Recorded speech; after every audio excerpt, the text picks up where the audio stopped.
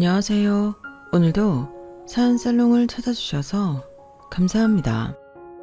저는 작년에 이혼하고 홀가분하게 싱글 라이프를 즐기고 있는 30대 여성입니다. 결혼할 때는 몰랐는데 부부가 법적으로 이혼해서 완전히 남남이 되기까진 꽤나 많은 시간이 필요했어요. 저는 결혼도 그렇지만 이혼도 서로 합의만 잘하면 후다닥 끝나는 건 줄 알았는데 한쪽이 죽어라 싫다고 버티니 참 어렵겠더라고요.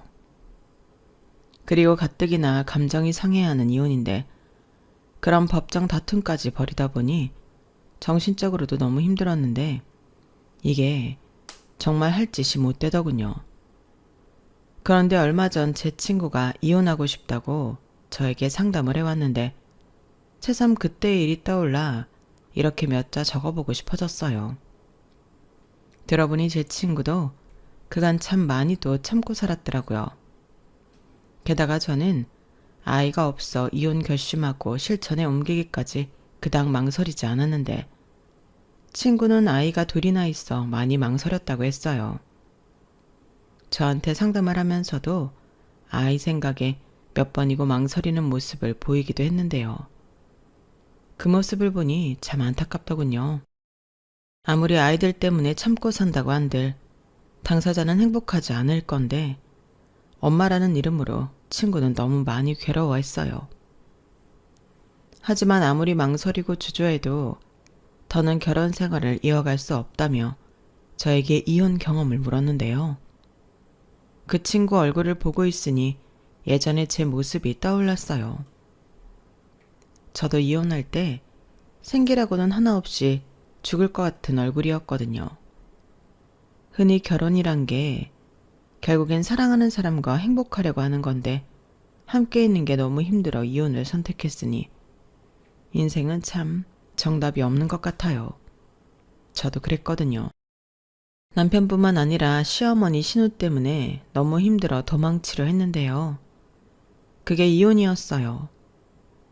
그 순간에는 그냥 이딴 결혼 처음부터 하지 않았으면 좋았을 텐데 몇 번이고 후회하는 시간을 가졌는데 그도 그럴 게 저는 부모님이 사고로 돌아가셔서 할머니 손에 자라 그 일로 시어머니에게 듣기 싫은 말을 자주 들었어요.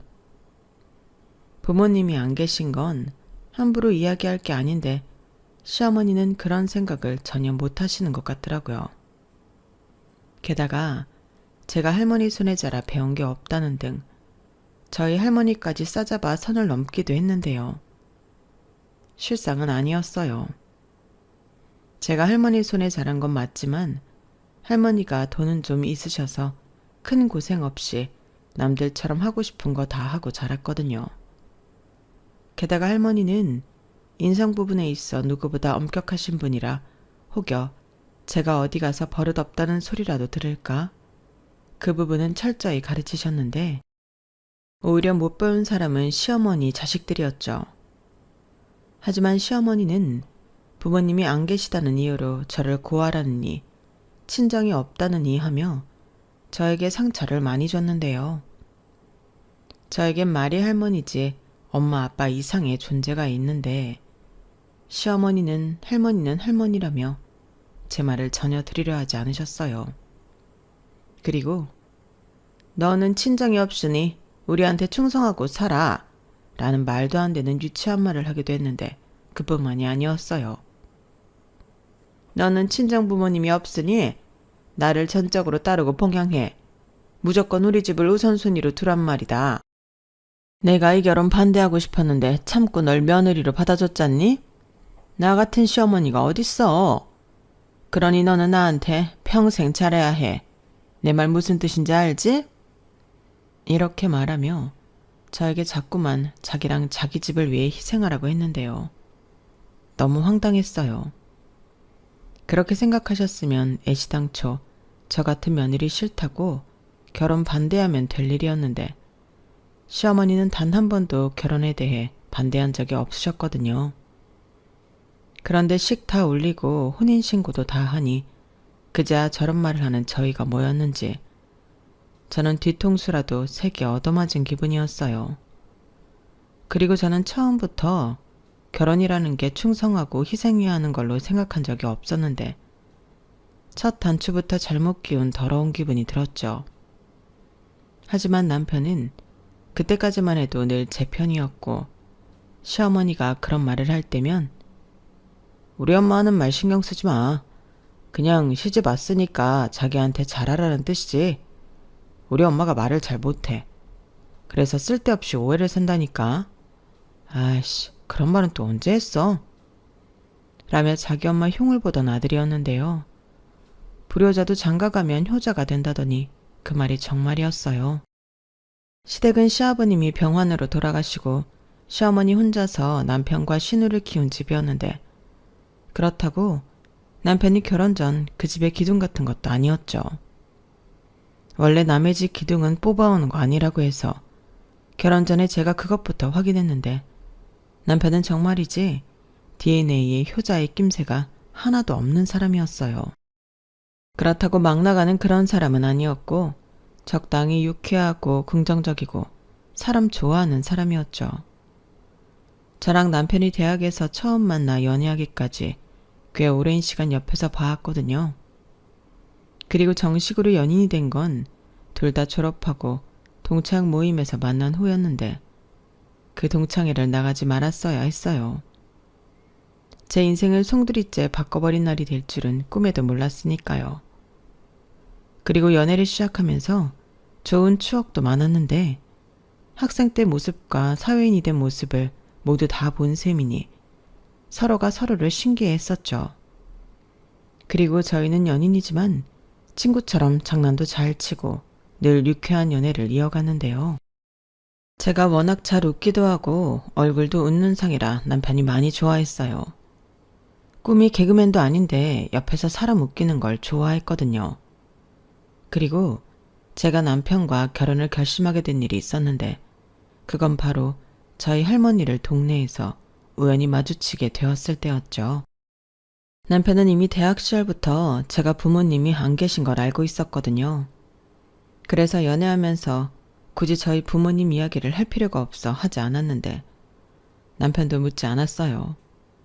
그러다 저를 데려다 주던 그 타이밍에 할머니를 만나게 되었고 할머니는 손녀의 남자친구를 보자 너무 반갑다며 그날 당장 안으로 초대했는데 그때 시간이 밤 9시가 넘어가고 있었어요. 남의 집에 가기엔 다소 늦은 시간이었죠. 하지만 저희 할머니는 귀한 손님이라고 괜찮으면 안에 들어가 차라도 한 잔 마시고 가라며 권하셨는데 저는 너무 늦었다고 다음에 하자고 남편을 보내려고 했어요. 그리고 남편 역시 좀 곤란한 얼굴을 하는 것 같아 내심 마음이 그랬는데 자기한테 10분만 시간을 달라고 하더라고요. 그렇게 10분 후 어디서 구했는지 꽃다발과 케이크를 들고 다시 나타났는데 동네에서 이리 뛰고 저리 뛴 흔적이 고스란히 보였어요. 처음 초대해 주시는 건데 빈손으로 오면 예의가 아니죠. 다음에는 더 크고 화려한 걸로 해드릴게요. 오늘은 시간이 없어서. 아니야, 너무 예뻐. 아니, 내가 그냥 들어오라고 한 건데 뭘 이렇게까지. 그래도요, 제가 좋아하는 여자친구 할머니신데 저도 잘 보여야죠. 어쩜 남자가 그렇게 말도 예쁘게 해? 아주 쏙 마음에 드네. 어머니가 아드님을 아주 잘 키우셨나 보다. 네, 그리고 할머니도 손녀를 아주 잘 키우셨어요. 그래서 제가 너무 행복하고요. 저 행복하게 해주셔서 감사합니다. 어머, 나경아, 어디서 이런 보기 드문 남자를 구했니? 대학 친구라고 했나? 제가 재수를 했어요. 학번은 같은데 제가 2살 오빠입니다. 아, 그렇구나. 지금 보니까 오빠 같네. 우리 집에 자주 놀러와. 빈말 아니니까 다음에는 와서 밥도 먹고 놀다가. 그럼 저야 영광이죠. 저는 연애를 하면서 이런 장면을 보게 될 거라는 상상을 한 적이 없었어요. 20대이기도 했고 결혼은 어쩐지 먼 얘기인 것 같아 그저 우리끼리 재미있게 만나면 그만이라고 생각했었는데요. 그날 할머니의 모습을 보고 우리가 만약 결혼을 한다면 어떨까? 라는 생각을 자주 하게 되었어요. 그 후 남자친구였던 남편이 달리 보였는데 3년 정도 연애를 이어갈 즈음 남편이 먼저 결혼 얘기를 꺼내더라고요. 그때가 남편은 30을 갓 넘겼고 저는 곧 30이라 결혼을 한다고 치면 시기상으로는 지금이긴 했는데 어쩐지 먼저 결혼 얘기를 꺼내기가 부끄러워 남편이 먼저 얘기를 꺼내주길 기다렸어요. 그래서 내심 남편에게 프로포즈를 받았을 때는 아, 드디어 나도 결혼을 하는구나 이런 생각이 들면서 기뻤는데요. 그게 다는 아니었죠. 결혼을 약속하고 시댁에 처음 인사를 갔을 때부터 마냥 편하진 않았거든요. 아무래도 남편 어머니, 그러니까 시어머니에게 저희 부모님 이야기를 해야 할 텐데 죄 지은 건 아니지만 저는 어쩐지 말을 하기가 좀 불편했어요. 할머니 손에 자랐으니 괜히 호기심을 불러일으키는 것도 반갑지 않았는데 그런 질문을 받는 게 솔직히 두려웠어요. 그런데 남편이 먼저 자기가 이미 제 부모님 이야기는 자기 엄마한테 다 했다며 걱정하지 않아도 된다고 했는데요.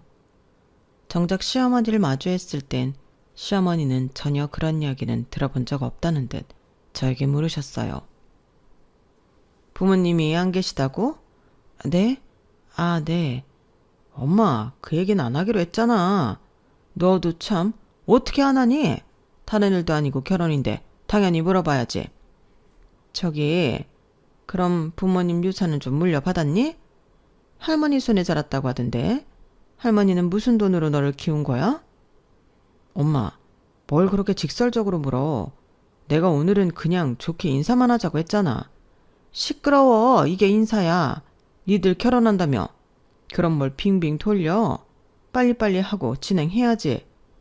나는 결격사유만 없으면 허락해줄 생각이니까 묻는 거에 성심성의껏 대답만 하면 되는데 그게 어려운 일이야? 아님 말 못할 사정이라도 있나? 아, 그런 건 없어요. 다만 제가 부모님 유산은 잘 몰라서요. 아마 있다고 해도 할머니가 관리하고 계실 것 같은데 저도 물어보질 않아서. 뭐? 그럼 그 유산을 중간에서 네 할머니가 가로챈 거니? 아니요. 저희 할머니 그러실 분은 아니세요. 할아버지 살아계실 때 같이 사업하시던 게 있는데 지금은 전문 경영인이 대리로 일하고 있고 할머니는 거기서 나오는 수익으로 생활하세요. 회사 지분도 있고 배당금도 나오고요. 아, 그래? 그럼 뭐 사시는 데는 큰 지장이 없겠네. 그럼 할머니 돌아가시면 그 회사는 누가 물려받아? 혹시 네가 받아? 그건 모르겠는데 큰아빠도 계시고 삼촌도 있고 설마 저한테 주시겠어요? 그래? 할머니가 아들이 많구나? 그럼 뭐 기대 하나만 하네. 엄마, 그만해. 뭘 물어봐도 그런 것만 물어. 엄마는 궁금한 게 돈 얘기밖에 없어. 돈 얘기가 어디가 어때서? 너도 결혼하고 살아봐. 돈이 제일 중요해. 그리고 친정 부모님이 없다는 건 너한테도 처가가 없다는 건데 엄마가 이것저것 확인해야 하지 않겠니? 사위 대접도 못 받을 집에 장가를 가게 생겼는데.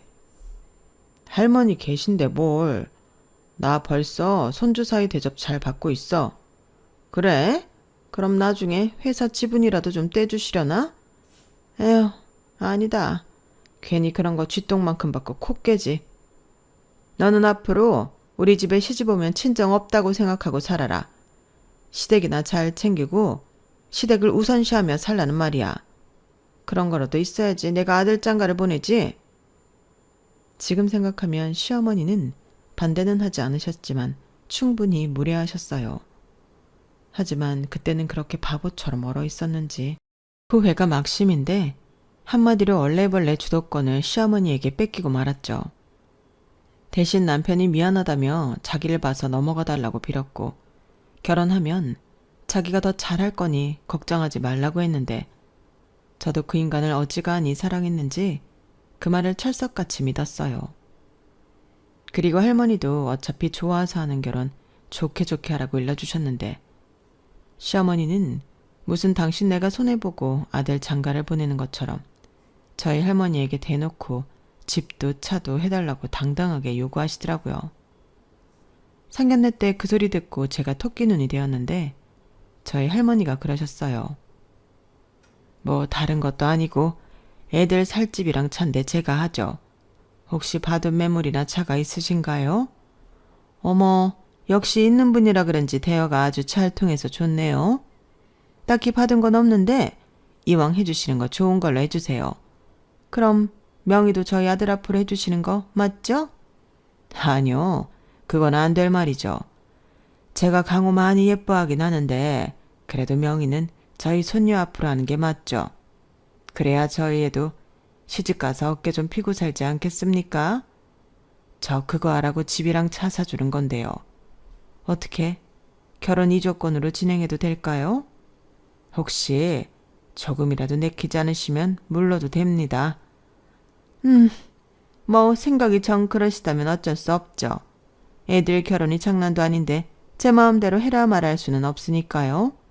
그럼 그렇게 하시죠. 저는 상견례를 마치고 집에 돌아와 할머니에게 죄송하다고 했어요. 그리고 왜 싫다고 하지 않고 다 해주겠다고 하셨냐 물으니 할머니는 세상에서 돈으로 해결할 수 있는 일이 제일 쉽다. 시어머니라는 사람이 호락호락해 보이지 않던데 딱 보니 돈에 좌지우지되는 사람 같아. 그런 사람은 돈으로 조종하는 거야. 용돈 많이 드리고 갈 때마다 선물도 좀 사가고. 그래야 너한테 콩고물 얻어먹으려고 너한테 잘하지. 할머니는 그래서 할머니도 그냥 해주기로 한 거야. 다른 사람도 아니고 우리 손녀 사주는 건데 그게 아깝니? 라고 하셨는데 할머니 말이 다 맞다고 해도 저는 괜히 할머니에게 미안한 마음이 오래 남았어요. 그래도 남편과 결혼하고 싶은 마음이 변하지 않았고 할머니 말처럼 돈으로 홀시어머니 잘 다루면 큰 문제도 없을 것 같았는데요. 이렇게 치사하게 인신공격을 무기로 삼을 줄은 몰랐죠. 그래도 할머니 말처럼 제가 용돈 보내드리고 선물 같은 거라면 그날은 입이 귀에 걸려서 저한테는 잘해주는 시어머니셨는데 해주면서도 마음은 그닥 좋지 않았네요. 우러나와서 기꺼이 해야 하는데 저는 그게 아니다 보니 해주면서도 해주기 싫더라고요. 거기에 자기 엄마를 쏙 빼닮은 신우까지 있었으니 시댁 가는 일이 썩 유쾌하진 않았는데요. 신우는 미용 일을 하고 있었지만 한 가게에 3개월 이상 일을 하지 못했어요. 제가 볼 때는 그 모난 성격 때문 같았는데 시어머니는 늘 자기 딸 편만 드셨죠. 아주 못된 것들이야. 사람이 같이 일을 하다 보면 실수할 수도 있고 그런 건데 애를 얼마나 잡았으면 당장에 때려치웠겠어. 그래도 매번 자기 성질대로 그만두면 어떡해. 참고 버텨야지. 사회생활하면서 어떻게 다 내 입맛대로 하나. 너는 오빠라는 게 네 동생 속을 그렇게 모르니? 에휴, 내가 돈이라도 있으면 우리 딸 가게라도 차려줄 텐데. 그러지 말고 니들이 어떻게 좀 해주면 안 되냐? 어머니, 저희가 그럴 돈이 어딨어요. 왜? 너 할머니 있잖아. 말이라도 좀 해보면 안 되겠니? 네? 그래도 그건 할머니랑 아가씨랑 무슨 연관이 있다고 저희 할머니가 아가씨 가게를 차려줘요. 너 말 참 서운하게 한다? 사돈처녀지 왜 연관이 없어? 내가 너 시집 올 때 말했지. 항상 시댁을 우선시하라고. 그러지 말고 네가 가서 얘기 좀 해봐. 엄마, 됐어. 나 쪽팔려. 그런 것 좀 시키지 마. 지가 벌어서 차려야지. 너는 친오빠 맞냐? 그러지 말고 나경아, 네가 좀 해줘라. 네가 그렇게만 해주면 우리 딸이 널 얼마나 언니 언니 하며 따르겠니? 언니, 저 정말 잘할 자신 있어요. 이건 일이 힘든 게 아니라 사람이 힘든데. 저 미용 일은 진짜 잘하거든요. 투자라고 생각하고 언니가 좀 도와줘요. 부탁이에요. 네? 글쎄요. 저는 말은 글쎄라고 했지만 할머니에게 말도 꺼내지 않았어요. 그냥 다음에 보거나 연락이 오면 얘기는 해봤는데 할머니가 내키하지 않는다. 이 정도로 넘어갈 심상이었는데 남편은 제가 그렇게까지 거짓말을 하는 게 못마땅한 듯 보이더라고요. 자기도 전에는 쪽팔리다고 했으면서 진짜 마음은 그게 아니었나 봐요. 그리고 그 이후부터는 어쩐지 시어머니와 신우의 태도가 굉장히 나빠졌는데요. 예전처럼 용돈 드리고 이것저것 사드려도 소용이 없었어요. 괜히 저희 집에 오셔서는 너는 뭘 이런 걸 사서 갖고 있니? 참 유난이다. 가만 보면 네가 네 할머니를 닮아서 그런가 사치가 좀 심해? 라고 생트집을 잡았는데 심지어 신우는 제 드레스룸에서 제 가방을 몰래 훔쳐가기도 했어요. 자기는 이런 거 쌓아놓고 살면서 내가 좀 가져가면 어때요? 사달라고 하는 것도 아닌데. 아가씨, 차라리 사달라고 하세요. 이건 절도예요. 범죄라고요. 어머, 재수없어. 지금 나 도둑으로 무는 거예요? 가족끼리 안 쓰는 거 서로 돌렸을 수도 있지. 진짜 너무하네. 친정도 없으면서 지금 돈 많다고 자랑해요? 내가 언제 자랑했어요? 그리고 돈은 저희 할머니가 많은 거지 저는 아니에요. 그 가방 제가 힘들게 카드값 내가면서 산 거라고요.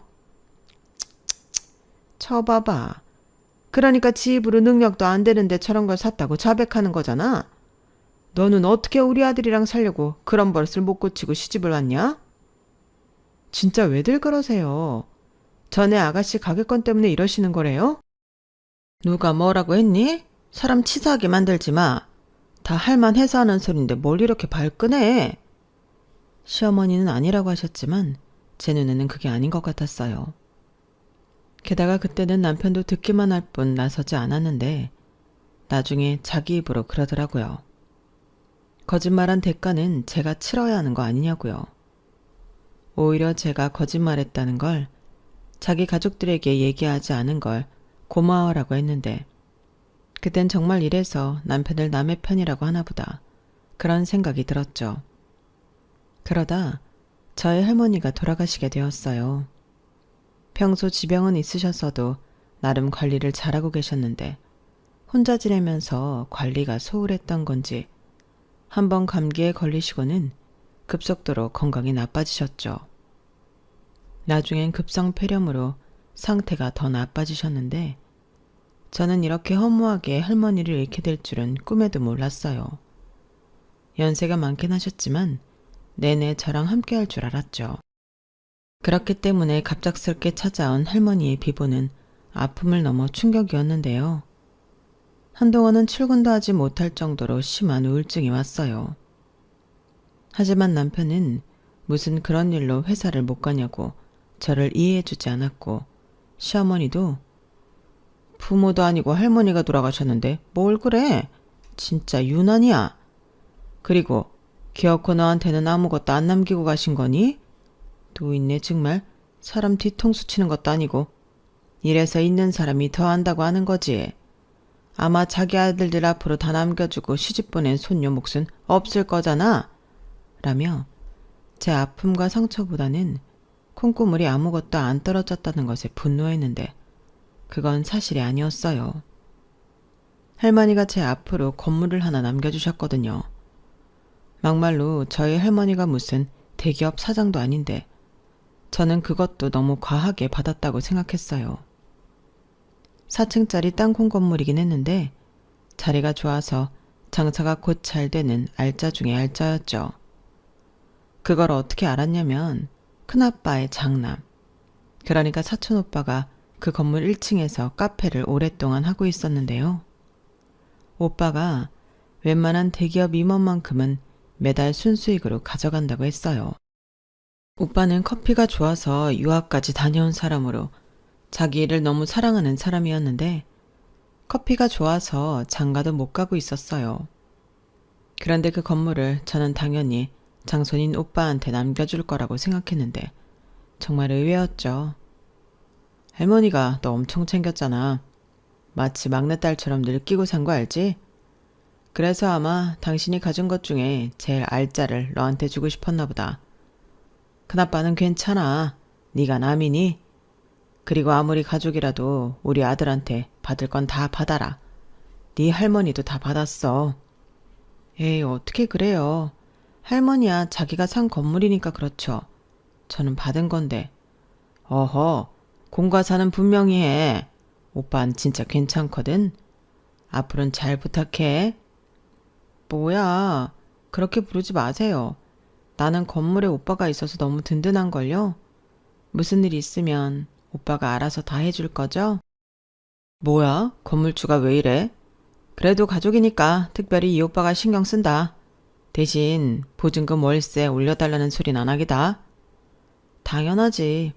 다들 할머니 돌아가시고 힘드실 텐데 저까지 신경 써주셔서 감사해요. 제가 더 많이 보답하고 살게요. 그래, 할머니가 늘 그러셨잖아. 너만 잘 살면 된다고. 우리도 그렇다.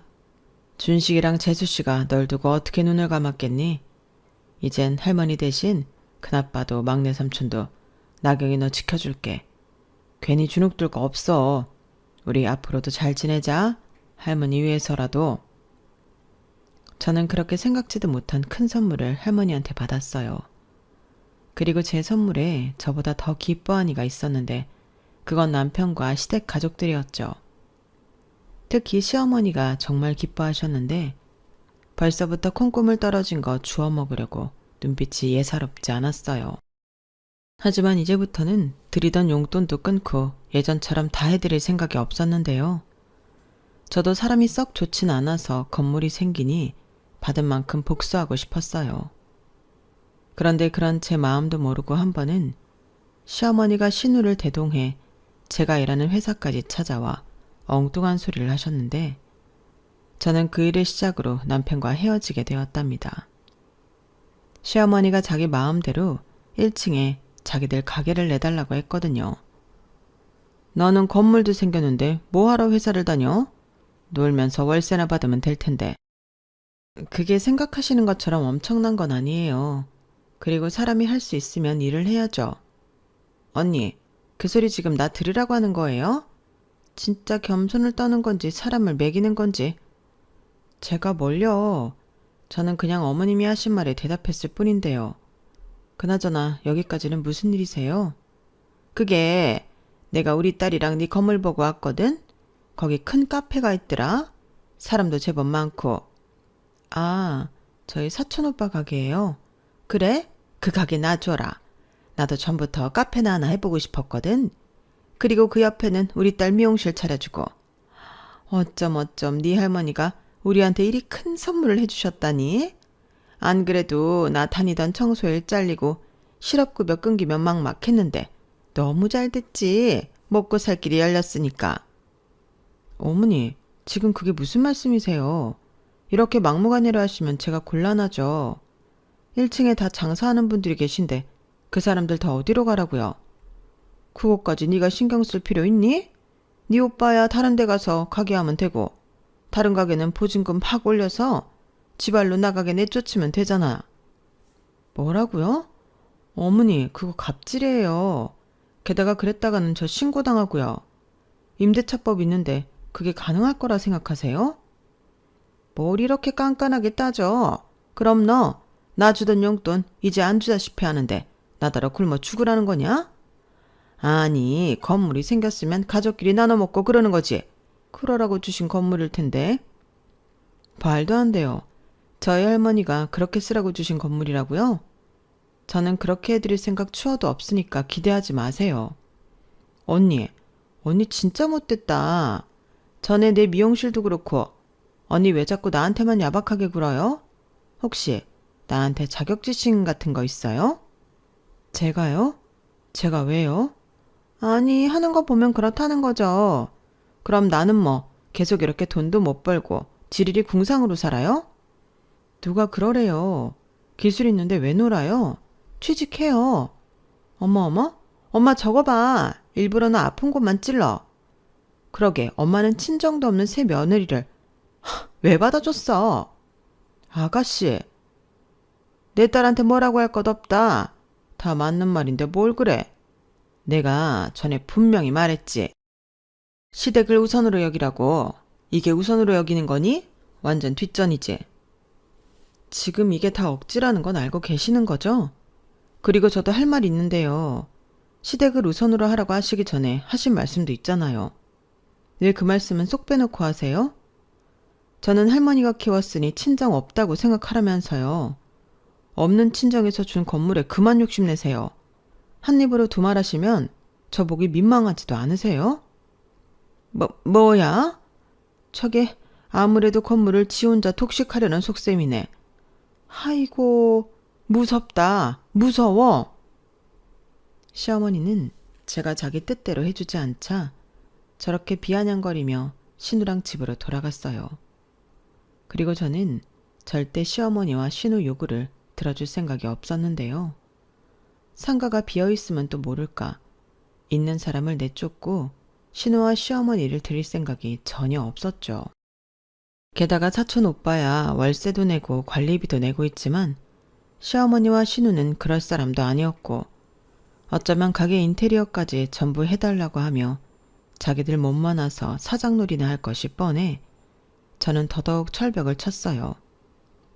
그러자 시어머니가 자기 아들한테 말했는지 그날 저녁 남편이 뿔이 난 얼굴로 저한테 그랬는데요. 앞으로 자기 월급은 전부 시어머니를 주겠다고 저를 협박하더라고요.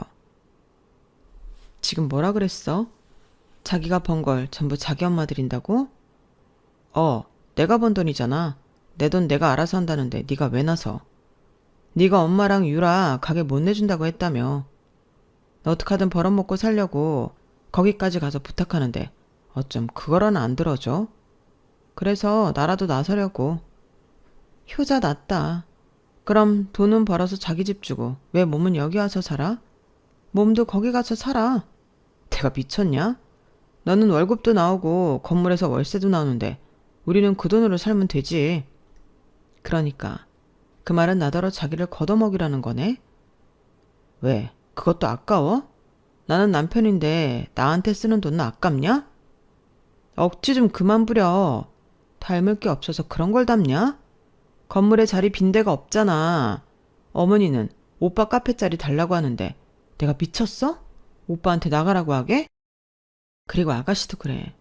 지금 가위 손에서 논 지 얼마나 오래됐는데 무슨 자기 가게를 차리겠다는 거야. 일단 좀 남의 밑에서 고생도 좀 하고 배우기라도 좀 해야 하는 거 아니냐고. 무턱대고 너 건물 생겼으니까 자기들 가게 내달라고 하는 건 아니지. 핑계도 참 그럴싸하다. 자기가 싫어서 그러는 거잖아.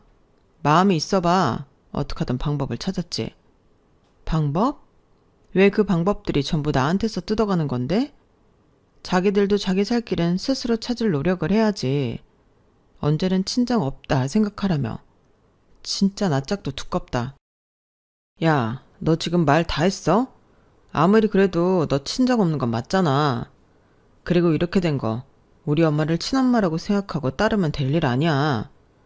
만약 시어머니가 아니라 친정엄마였어 봐. 말하기도 전에 자기가 먼저 나서서 가게 하나 차려주지 않았겠어? 웃겨. 지금 그게 말이 되는 소리야? 세상 천지 자기 딸한테 상처 주고 싶어하는 엄마가 어딨어. 어머니 봐봐.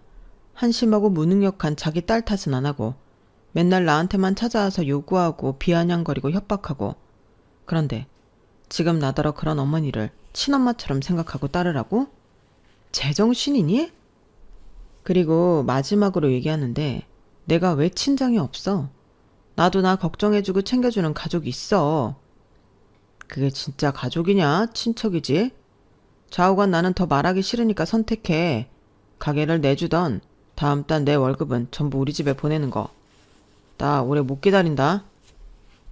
저는 남편의 일방적인 말에 더는 참을 수 없었어요. 막말로 제가 돈이 없는 것도 아닌데 저런 남편 끼고 살 필요 없죠. 게다가 자기가 번 돈을 전부 자기 집을 주면 자기는 몸뚱이만 저랑 살겠다는 건데 돈을 떠나서 저는 그게 싫었어요. 자기 가족한테만 끔찍한 남자랑 남은 시간 계속 살아야 한다고 생각하니 차라리 혼자 사는 게 속 편할 것 같더라고요. 그래서 저는 선택이고 자식고 할 것도 없다며 이혼하자고 했는데요. 뭐 반응은 예상 그대로였어요. 이것 봐. 결국엔 너는 가족보다 돈이 우선인 여자였던 거야. 내가 사람을 아주 잘못 봤지. 이런 속물인 줄도 모르고. 네가 그렇게 얘기하면 내가 그러자고 할 줄 알았어? 너무 웃기지 않나요? 제가 아는 속물은 남의 돈을 밝히는 건데 제가 제 돈을 지키는 게 왜 속물이라는 걸까요? 저는 남편의 말에 코웃음이 나왔어요. 그리고 그렇게 사람을 잘못 봤다고 후회하듯 말하고 왜 이혼을 못 해주겠다는 거죠? 제가 볼 땐 남편이 더 속물 같아 보였어요. 자기 한 몸 희생에 저한테 뭐라도 뜯어갈 삐뚤어진 효자처럼 보이더라고요. 그래서 알겠다고 하고 저는 이혼 소송을 준비했습니다. 달리 방법이 없겠더라고요. 그래서 사촌 오빠의 조언대로 돈 아끼지 않고 제 믿음직스러운 변호사님을 찾아 제 이혼 소송을 맡겼는데요. 남편도 발빠르게 변호사를 선임했어요. 지 말로는 가정을 지키기 위해서 그랬다고 하는데 웃기는 소리였죠. 나는 너랑 이혼할 생각 없어. 내가 왜? 뭘 잘못했다고? 잘못한 게 없어? 아니, 미안한 게 없다는 거지. 사람 가슴에 상처 주고 중간 역할도 제대로 못했으면서 잘못이 없다? 다들 그 정도는 하고 살지. 부부가 그 정도도 이해를 못해? 자기도 나랑 싸우면 막말하잖아. 나는 그 소리 다 참고 살았는데 왜 이제 와서 이래? 나는 못 참아. 나 어릴 때도 내가 부모님 안 계셔서 험한 소리 듣고 그런 적 없거든. 우리 할머니가 가만두지 않아서. 그런데 당신이랑 결혼하고 내내 들었어. 처음에는 중간에서 나서서 말리기라도 하니까 참았는데 할머니 돌아가시고 나서부터는 그것도 아니잖아. 그야 자기가 건물 생기고 야박하게 구니까 그렇지. 우리 엄마한테 주던 용돈도 딱 끊었잖아. 돈 가지고 그러는 거 아니야. 그래, 그놈의 돈 때문이야. 그래서 그만하고 싶어. 자기랑 자기 식구들, 만약에 내가 돈이 없으면 나한테 어떻게 할까? 지금은 돈이라도 있으니 괜찮지. 근데 돈이 평생 있으라는 법이 있어? 그래서 이혼하자는 거야. 자기는 이혼하고 자기 식구들 편하게 걷어먹이면서 효도해. 그럼 피차 원하는 대로 되는 거 아니야? 지금이라도 합의혼 해주면 내 차 자기 줄게. 뭐? 지금 그 잘난 차 주면서 먹고 떨어지라는 거야? 너 나를 진짜 뭘로 보고. 싫어. 나는 평생 네 옆에 붙어서 네 거 나눠 쓰고 살 거야. 뭐라고? 저는 남편의 말에 몸서리치게 싫었어요. 그리고 제 나름의 방법으로 이혼 소송 중 남편과 대화를 할 때는 가능한 모든 녹음과 영상을 찍어 증거로 남길 생각이었는데 그 대화도 녹음이 되었죠. 변호사님 말로는 몰래 녹음하거나 촬영한 건 정식 증거가 되지 못한다고 했지만 결국엔 소송도 사람이 하는 일이니 저는 저의 억울함을 어떻게든 전하고 싶었어요. 그리고 결국 저의 바람이 이루어졌는데 그때도 똥인지 된장인지 구별 못하는 이 인간은 저에게 그러더더군요. 막말로 너 이제 나 없으면 아무것도 없는 거야. 왜? 돈만 있으면 다 괜찮을 것 같아? 돈 있는 이혼녀 주변에 얼마나 많은 악질 똥파리가 끼겠니? 그냥 나랑 살아. 부모 다 죽고 이혼까지 하면 네 팔자 세다고 사람들이 욕해. 이렇게 말했는데 어이가 없었죠. 누가 악질 똥파리인데 그걸 집으로 얘기할까요? 게다가 팔자가 세다는 소리를 들을지언정 어떡하든 내 등에 빨대 꽂을 생각밖에 없는 그 인간들이랑 안 사는 게 100배 1000배 나았어요. 그래서 그럼 끝까지 가보자고 제가 세게 나갔고 결국 소송은 길어졌지만 저에게 유리했어요. 제가 녹음하고 동영상 찍은 게 도움이 많이 됐거든요. 무엇보다 집에 설치해 놓은 CCTV에서는 시어머니와 신우가 찾아와 자기 가게 차려주던 매달 500만 원씩 주던 하라고 행패를 부리는 장면이 다 찍혔는데 사건 담당해 주시는 판사님도 고개를 내저으셨어요. 그러자 자기한테 불리할 걸 직감한 남편이 그제야 합의혼 해주겠다며 저에게 차를 달라고 했는데요. 마음 같아서는 싫다고 하고 싶었지만 먹고 떨어지라고 줘버렸어요. 사실 그 차가 제가 좀 험하게 몰아서 여기저기 망가진 게 많거든요. 그냥 하우대만 멀쩡했어요. 게다가 남편과 이혼 소송 중에는 기분 전환하러 주말마다 장거리를 뛰었기 때문에 키로수도 많았는데 그것까진 그 인간이 몰랐죠. 그래서 기회다 싶어 그 차 주고 합의 이혼 서류에 도장을 찍었는데요. 누군가는 그러더군요. 위자료라도 두둑하게 받아야지. 이렇게 말했는데요. 저희가 같이 산 세월이 얼마 되지도 않아 재산 분할할 것도 없었고 더욱이 위자료라고 해봤자 두둑하기가 되지 않았어요. 돈 1,000만 원도 되지 않는 액수라 차라리 저는 하루라도 빨리 자유의 몸이 되고 싶어 그 방법을 선택했는데 후회는 없었죠. 막말로 남편은 이혼할 때 하더라도 제 집이며 건물이며 재산 분할을 꿈꿨던 것 같은데 다행히 제 건 제가 지킬 수 있었죠. 집이야 할머니께서 결혼 전에 사주신 거고 건물도 상속받은 거라 분할 대상이 아니었는데요. 남편은 끝까지 항소를 하며 버틸 작정인가 보더라고요. 그걸 아는데 저는 이렇게라도 빨리 마무리하고 싶었고 다 망가진 차인 것도 모르고 좋다고 이혼 서류에 도장 찍는 그놈을 보는 것도 고소했어요.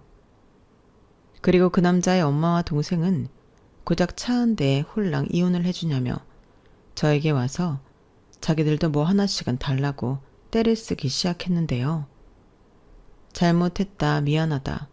그러다가 갑자기 돌변해서는 왜 네 남편만 주냐? 우리도 줘라. 이렇게 사람을 질리게 했어요. 무슨 거지들도 아니고 구걸하는 방법도 가지가지였는데 저는 바로 경찰에 신고해버렸습니다. 남편이야 제가 목적이 있었고 이 인간들은 남편한테서 딸려온 군 식구들인데 마지막이라고 생각하니 다급해졌나 봐요.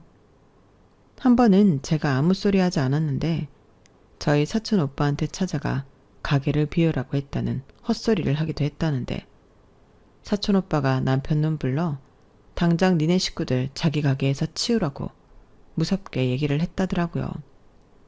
그러면서 또 이런 일 생기면 그때는 저한테 말해서 시어머니 때문에 이혼했고 그 과정에서 정신적 피해를 입었다고 위자료 청구하라고 시키겠다고 엄포를 놓았다고 했어요. 사실 사촌 오빠가 저한테 그냥 넘어가면 안 된다고 합의이혼하지 말라고 한 사람 중에 한 명이었는데 그러니 잘 걸렸다 싶었겠죠. 그러자 이젠 전 남편이 된 그놈은 자기 식구들 데리고 빛의 속도로 사라졌다고 하는데 정말 웃기는 인간들이죠. 아니, 인간이 맞나 싶더라고요. 사실 이혼하고 날아갈 듯 기분이 좋다가도 때론 씁쓸하기도 했어요. 건물이 생겨 좋은 건 부정할 수 없지만 그게 뭐 얼마나 대단한 거라고 저 인간들은 저리 돈에 목을 메고 살까요? 할머니가 돈으로 해결할 수 있는 게 가장 쉬운 거라고 했지만 아마 그건 조금은 틀린 말이 아닐까 생각합니다. 결국엔 돈으로 길들여진 사람들이라 더 돈거리며 남한테 빌붙을 생각밖에는 못한 인간이 되었잖아요. 뭐 이제 와서 후회한들 소용없는 일인데 그냥 그때 결혼을 하지 말았어야 했던 거죠. 하지만 그건 이제 저에겐 과거의 일이 되었고 중요한 건 앞으로의 일이라 생각해요. 그래서 저는 지금이 너무 만족스럽고 행복하기만 한데 그렇잖아요. 제 행복을 위해 이혼했고 지금은 살고 싶은 대로 살아가는 중이니 얼마나 좋겠냐고요. 게다가 그 인간들이 생각하는 것처럼 할머니 덕에 월세 수익이 생겼으니 저는 다니던 회사를 그만뒀는데 여기엔 2가지 이유가 있었어요. 첫째는 그 인간들이 찾아오는 것이 싫었고 둘째는 저도 진짜 하고 싶은 일을 찾아보고 싶어졌다는 거였는데 그 배경에는 커피가 좋아 유학까지 다녀오고 자기 일을 사랑하며 행복하게 사는 사촌 오빠가 있었죠. 제 눈에도 오빠가 무척이나 행복해 보이고 멋있어 보였거든요. 그러니 저도 남은 인생은 진짜 제가 좋아하는 일만 하며 행복하게 살고 싶은 꿈을 꾸고 있는 중인데요. 현재는 사촌 오빠 가게에서 아르바이트를 하며 이것저것 도전해보고 있어요. 새삼 세상엔 다양한 일이 있고 즐겁게 살 수 있는 기회도 많다는 걸 깨닫는 중이죠. 왜 그걸 지금 해야 알았을까요? 그리하여 저는 아직도 저의 평생 직업을 찾고 있는 중이라 할 수 있을 것 같은데 그래도 백수는 아니에요. 그들이 배 아파할 건물주니까요. 이렇게 거창하게 얘기해도 사실은 월세 수익이 제가 회사 다녔을 때 보너스 받고 하면 통장에 꽂히는 그 정도인데 모르는 사람들은 제가 갑부라도 된 줄 알더군요. 건물 생겨 회사까지 때려쳤다. 뭐 이렇게 그 인간들이 열심히 소문을 내고 다니나 본데 저는 그러라고 냅두는 중이에요. 그래봤자 자기들만 배 아프겠죠. 이젠 넘볼 수도 없는 남의 떡이 되었으니까요. 그래서 그 인간들 더 배 아프라고 남은 인생도 신나게 살아갈 생각인데 여러분들이 많이 응원해 주셨으면 좋겠습니다. 아마 저에게 이혼을 상담하던 친구도 이혼 소송을 할 것 같은데 그 친구도 이혼 잘했다 이렇게 생각하며 남은 날 씩씩하고 행복하게 지냈으면 좋겠네요.